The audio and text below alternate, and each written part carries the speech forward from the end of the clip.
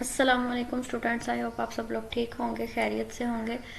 आज हम unit 1 start करने जा रहे हैं। क्लास 6 की जो साइंस है उसका यूनिट 1 है सेलुलर ऑर्गेनाइजेशन।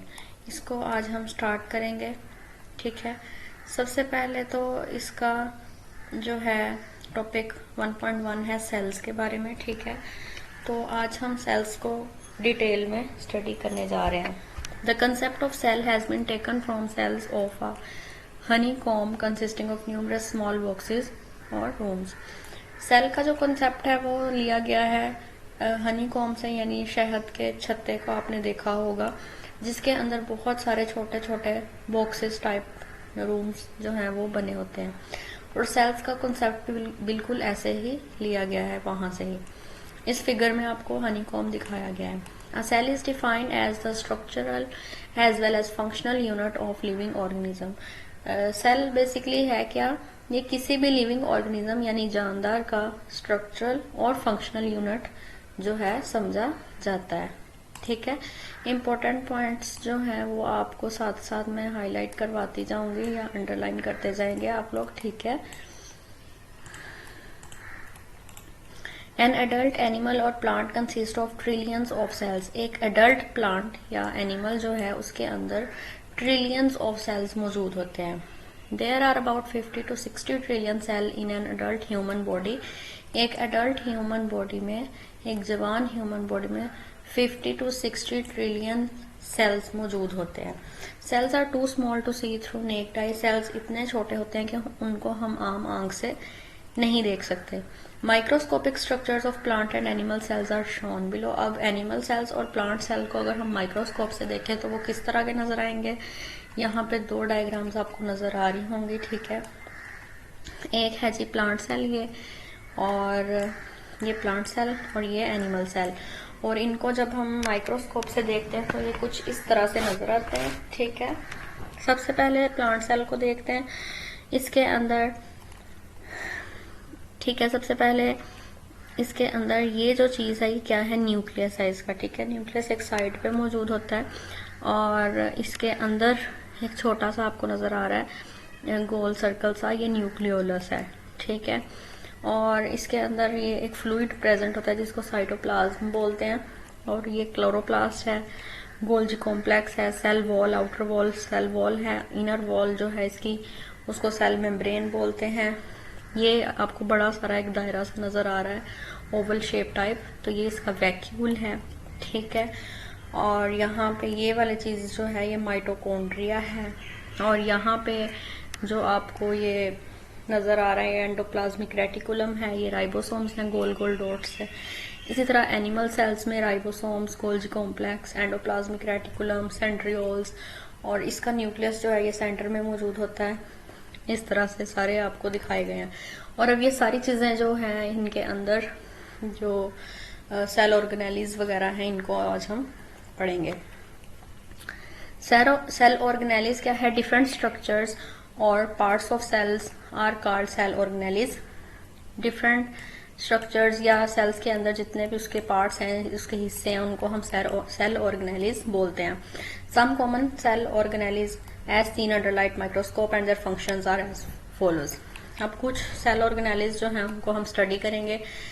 सबसे पहला है cell wall. Cell wall is present in the cells of plants. Cell wall जो है ये प्लांट्स के सेल्स में, एल्जी के, फंजाई के और बैक्टीरिया के सेल्स में मौजूद होता है। ठीक है, it is not present in animal cell. Animal cells में ये मौजूद नहीं होता cell wall. It makes the outer covering of cell. ये रहा सेल वॉल। ठीक है, इसके बारे में हम बात करें। ये ये जो आउटर कवरिंग है यानी ऊपर से इसने कवर किया हुआ है इसको, ये है जी सेल वॉल। ठीक है, it makes the outer covering of cells. In plant cells it is mainly compose of cellulose. अगर हम प्लांट सेल्स में देखें तो ये सेलुलोज से मिलकर बनता है। ठीक है, it supports the cell and maintain its shape. ये क्या करता है? ये सेल को सपोर्ट करता है, उसको सहारा देता है और उसकी शेप को बरकरार रखता है। ठीक है, उसके बाद है cell membrane. In animal cell the outermost covering of cell is called cell membrane.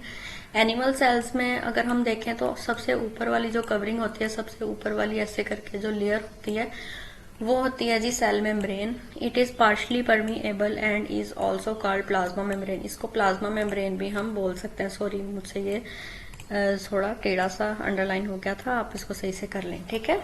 It separates the interior of cells from outer environment. ये क्या करता है, सेल के अंदर वाली जगह को आउटर इन्वायरमेंट से सेपरेट करता है, अलग करता है। In plant cell it is found inside the cell wall. अगर प्लांट सेल में देखा जाए तो ये सेल वॉल के अंदर वाली साइड पे प्रेजेंट होता है, बाहर वाली साइड पे नहीं होता, आउटर कवरिंग नहीं होती। Cell membrane is composed of lipids and proteins. Cell membrane जो है ये लिपिड्स और प्रोटीन से मिलकर बनता है। थिंग्स एंटर और leave the cell by passing across the cell membrane. उसके बाद है जी न्यूक्लियस। न्यूक्लियस जो है ये सबसे इंपॉर्टेंट सेल ऑर्गेनेली है, ठीक है। ये आपको बहुत अच्छे से आनी चाहिए और जो जो चीजें मैं अंडरलाइन करवा रही हूँ वो तो आपने बहुत अच्छे से तैयार करनी है। न्यूक्लियस जो है ये इंपॉर्टेंट सेल ऑर्गेनेली है, ठीक है। एनिमल सेल में ये क्या होता है, बिल्कुल दरमियान में मौजूद होता है सेल के। प्लांट सेल में जो है एक लार्ज वैक्यूल होता है जिसने इसको एक साइड की तरफ पुश किया होता है, एक साइड पे लगाया होता है, ठीक है। तो ये सारी यहाँ तक यही बात लिखी हुई है। Nucleus act as brain of cell. Nucleus जो है ये दिमाग का काम करता है सेल में और ये सारे फंक्शंस को कंट्रोल करता है। Nucleus is also bounded by membrane called nuclear membrane. Nucleus जो है ये एक मेम्ब्रेन से बाउंड हुआ हुआ है जिसको हम न्यूक्लियर मेम्ब्रेन बोलते हैं, यानी इसके इर्द गिर्द एक मेम्ब्रेन प्रेजेंट होती है, एक लेयर प्रेजेंट होती है। The material inside the nucleus is called nucleoplasm. Nucleus के अंदर जो मटेरियल प्रेजेंट होता है उसको हम न्यूक्लियोप्लाज्म बोलते हैं, ठीक है। Nucleoplasm contains thread-like structures। Nucleoplasm होता क्या है, उसके अंदर धागेनुमा स्ट्रक्चर्स प्रेजेंट होते हैं जिनको हम क्रोमोसोम्स बोलते हैं, ठीक है। ये सारी चीजें आपको एमसीक्यूज में पूछी जा सकती हैं, शॉर्ट क्वेश्चन में पूछी जा सकती हैं और ये कॉन्सेप्चुअल चीजें आपको अच्छे से आनी चाहिए। Chromosomes are made up of DNA and proteins. और अब ये क्रोमोसोम्स जो है ये किस चीज से मिलकर बनते हैं, ये डीएनए और प्रोटीन से मिलकर बनते हैं। You will learn about DNA in detail in higher classes. The nucleus also contain one or more small darkly colored areas called nucleoli, ठीक है। अब कह रहे हैं कि वो डीएनए जो है इसको अगली क्लासेस में जाके आप डिटेल में पढ़ लेंगे। और न्यूक्लियस जो है इसके पास एक या एक से ज्यादा छोटे छोटे डार्क कलर के एरियाज होते हैं जिसको हम न्यूक्लियोलाई बोलते हैं, जिसका सिंगुलर होता है जी न्यूक्लियोलस, ठीक है। उसके बाद है cytoplasm. The content of cell covered by cell membrane is called cytoplasm. अब सेल जो है उसका कंटेंट जो है एक मेम्ब्रेन से कवर्ड किया गया है जिसको हम साइटोप्लाज्म बोलते हैं। It is a semi viscous material that mainly consist of water, salt and proteins. ये किस चीज से मिलकर बनता है, इसके अंदर पानी होता है, नमक होता है, प्रोटीन्स प्रेजेंट होते हैं। Most of the cell functions take place in cytoplasm. Cell के मोस्टली फंक्शंस जो है वो साइटोप्लाज्म के अंदर ही पाए जाते हैं, वहां पे ही होते हैं, ठीक है।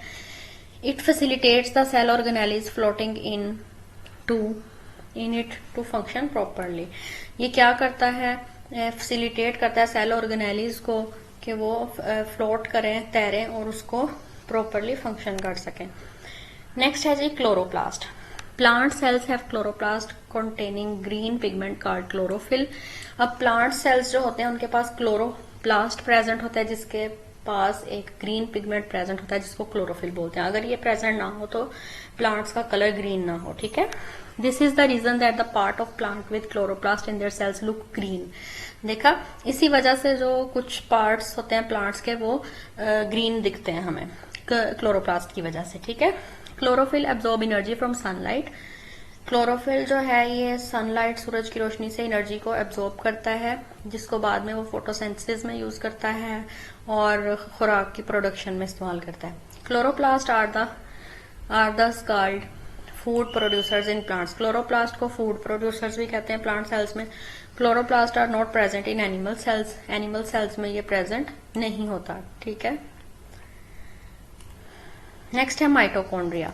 Mitochondria are rod shaped and double membranous cell organelles present in cytoplasm of cell। Mitochondria ये क्या है, ये एक रोड शेप्ड ऑर्गेनेलीज हैं, ठीक है, और ये साइटोप्लाज्म के अंदर प्रेजेंट होती हैं। ये आपको नजर आ रही है जी माइटोकॉन्ड्रिया, और ये इतना सा यहाँ पे आपको नजर आ रहा है और इसको थोड़ा बिग करके यहाँ पे दिखाया गया है, ठीक है। The inner membrane in mitochondria has finger like structure called cristae. अब माइटोकॉन्ड्रिया के अंदर इनर मेम्ब्रेन है जिसके अंदर फिंगर लाइक स्ट्रक्चर्स होते हैं जिसको हम क्रिस्टी बोलते हैं। Mitochondria are known as power generators in cells. इसको हम पावर जनरेटर्स भी कहते हैं सेल में, यानी सेल में ये पावर जनरेट करता है। This is because energy producing reactions are taking place in the mitochondria during respiration. Oxygen react with food to produce energy. ऐसा इसलिए कहा जाता है, इसको पावर जनरेशन सेल का इसलिए कहा जाता है क्योंकि इसके रिएक्शंस के अंदर जो एनर्जी प्रोड्यूस होती है वो माइटोकॉन्ड्रिया में होती है। रेस्पिरेशन में जब ऑक्सीजन जो है वो रिएक्ट करती है फूड के साथ तो फिर बदले में एनर्जी प्रोड्यूस होती है। नेक्स्ट है vacuole.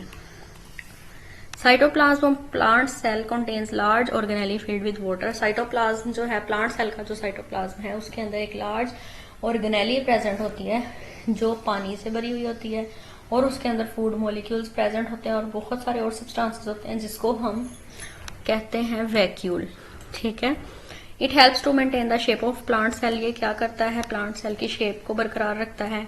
It helps the plants in growth. Plants की ग्रोथ में ये हेल्प करता है।